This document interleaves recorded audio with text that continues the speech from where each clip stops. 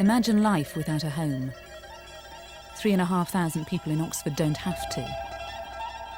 But what constitutes being homeless? You could be sleeping on friends' floors and forced to find a new floor each night, if you're lucky. You could have run out of friends and be sleeping rough. You could be squatting. You could be living in a slum.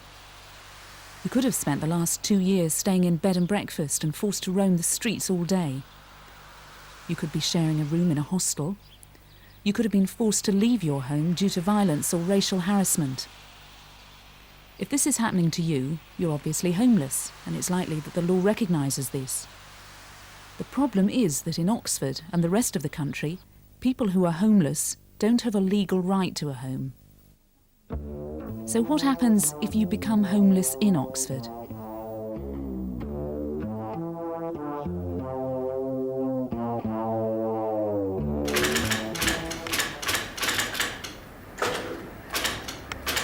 I'm looking for a room in a house.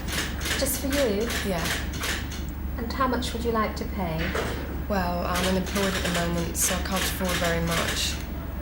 We need 1 week's rent in advance, plus a refundable deposit of £100. So that's a bit too expensive for me.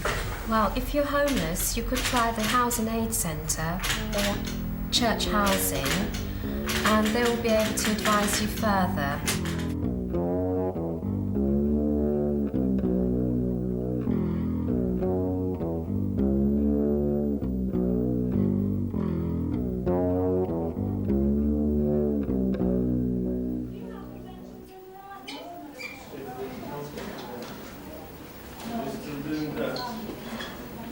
Hello.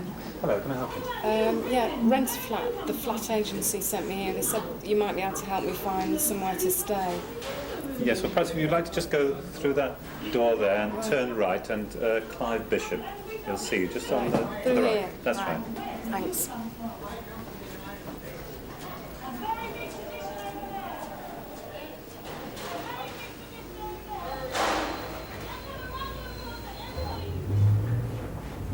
Now take a seat.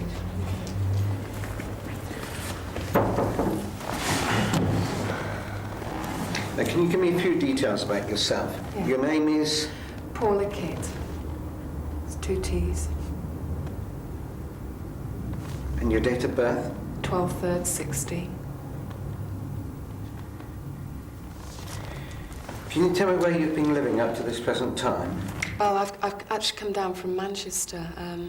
I had a job in one of the hotels here, but when I went there this morning, they'd given it to somebody else. And my accommodation would have been there, you see. So that's why I haven't got anywhere to stay.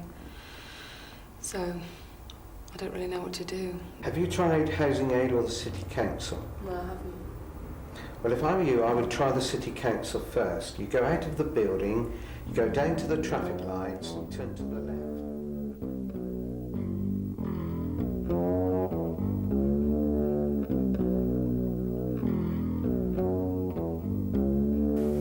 So you wouldn't say I was an emergency case? I mean, Well, personally, yeah, I do. Yeah, you know, your situation is an emergency. right. But the only duty I have, unfortunately, is to give you advice and assistance. Right. I can try a few bed and breakfasts for you, ring round, Right. but it is the tourist season. But I mean, I haven't got anywhere to stay. I haven't got. I mean, like tonight.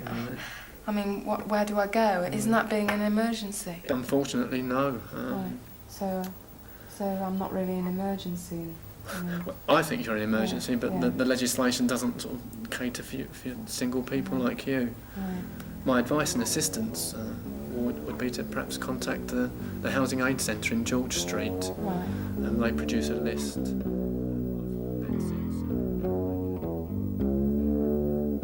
Well, to be quite frank, Paula, the situation's pretty grim. We've been phoning around the entire morning for other people who are in similar situations as yourself. They're homeless and nowhere to go, and there are just no vacancies. The bed and breakfast hotels, they're full. It's the tourist season. Landlords are telling us not to send people who are unemployed or claiming benefits because, as I'm sure you know, you can no longer get a deposit from the DHSS.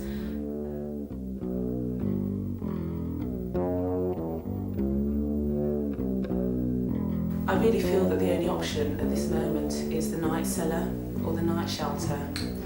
For women, it's not too good, I'm afraid.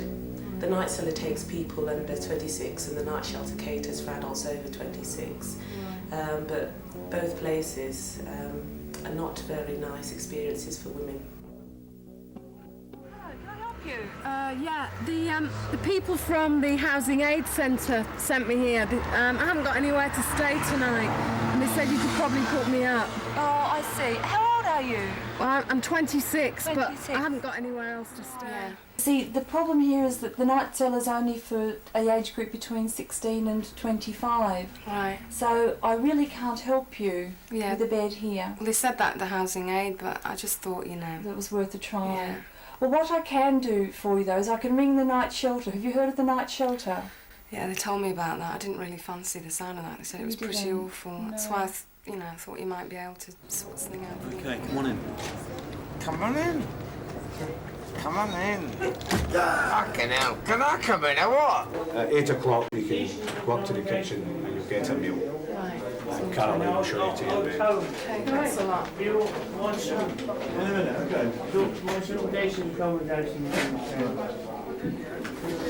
Leave me alone.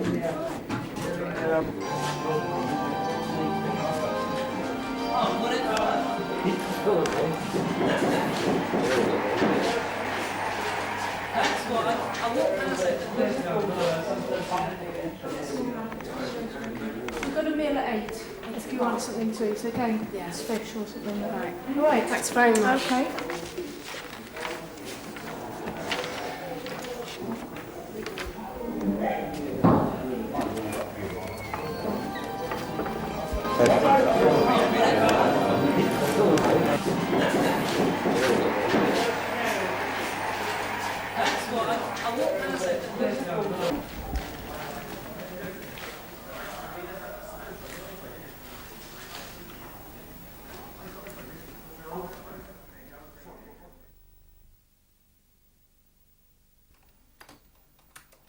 Nigel Kitt is director of Oxford Housing Aid Centre, which sees thousands of homeless people every year.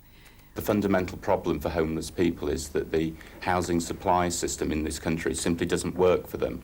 It means that they're not able in any way to compete for the housing that is available, certainly not the decent housing. The new legislation is, as I said, privatising council housing by allowing property speculators to take over council estates. And when they do that, they will be charging market rents and they'll be reducing security of tenure. The market has responded to homelessness as a growth industry by providing bed and breakfast, which means cramming as many people as possible into as small a space as possible with the least possible privacy and security and charging as much as possible for it. Anthony and Deborah Channon and their 2 children have been living in one such place for over a year. What sort of effects must this have on them? Well, it affects us in several ways. I mean, there's the physical problems of living in a small, confined area. There's my wife, 2 children, myself. In this room, basically. We do have another room, but that is chock-a-block with all our personal belongings. We can't get anybody to actually sleep in there. And we couldn't allow our children to sleep out away from us. Do you know what I mean? It's £238 a week. I don't pay it, obviously. I can't afford to. I'm out of work. It's paid by the Homeless Families Unit in Oxford. We're the 4th floor in a house. You know, so we share this house with, 18 other people? Most of them families with children. So, you know, so where have they got to go? There's a main road out there, Fleet Road. There have been several, knockdowns and accidents, a couple of deaths out there by people that actually live in here or lived at one time in here. And that, in a way, that is a very serious sort of danger to me. However, there are small things. I mean, we've been broken into in this room, twice now. I mean, they've redone the door where somebody's actually kicked the door in to get in and see what we've got. Not a lot. I mean, they certainly didn't get away with anything because we got nothing. But you have that risk. You run the risk of losing your property or having it damaged by people breaking in. The current situation in Oxford is that the housing associations have all closed their waiting lists because they can't cope with the existing demand. And it's very ironic to say that Oxford has actually been designated a non-stress area for housing association finance. And this has happened at a time when Oxford has got one of the largest homelessness problems outside London. Lynn Fleming, her husband, and their 4 children live in 2 tiny bed and breakfast rooms. This is the actual door itself, which was lying on its side when we walked into the room. This happened the night after a wedding. A lock on the front door would be ideal. The carpets are unreal. When we first moved in there, we had ants' nests underneath the carpets. They were in the beds and everything. We have drunks coming in off the street, sleeping in our bathrooms. It's not fair on us, who have got young, decent families, to be subjected to that kind of thing. And I don't know when I'll be getting a house.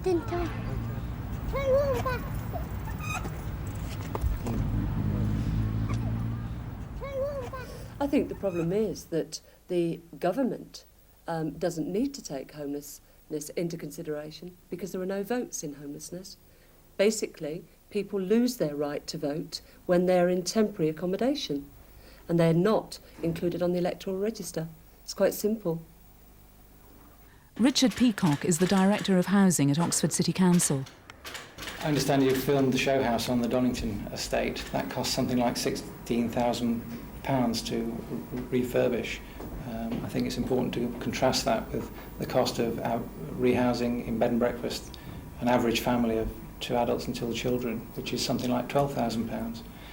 Clearly, the Donington Estate House has provided satisfactory accommodation for many years to come, whereas the cost of providing bed and breakfast is a once-only charge, which clearly doesn't benefit the council and clearly isn't benefiting the occupants in the long term. The government has recently published its housing bill, which is proposing the most drastic reforms in modern times. What effect will this have? I suppose any summary of the legislation would have to look at the fundamental facts of what is going to happen, and that is that it's going to increase house prices, it's going to increase council rents, it's going to increase housing association rents, it's going to increase private rents in the private rented sector, and it's effectively going to push people completely out of the housing market. And where those people are going to go, I do not know. I think one thing I do know and I can say is that the government's plans for housing are going to fail, and I take no pleasure in that because I think it's absolutely essential that something is done to help homeless people, but the government's plans will not help.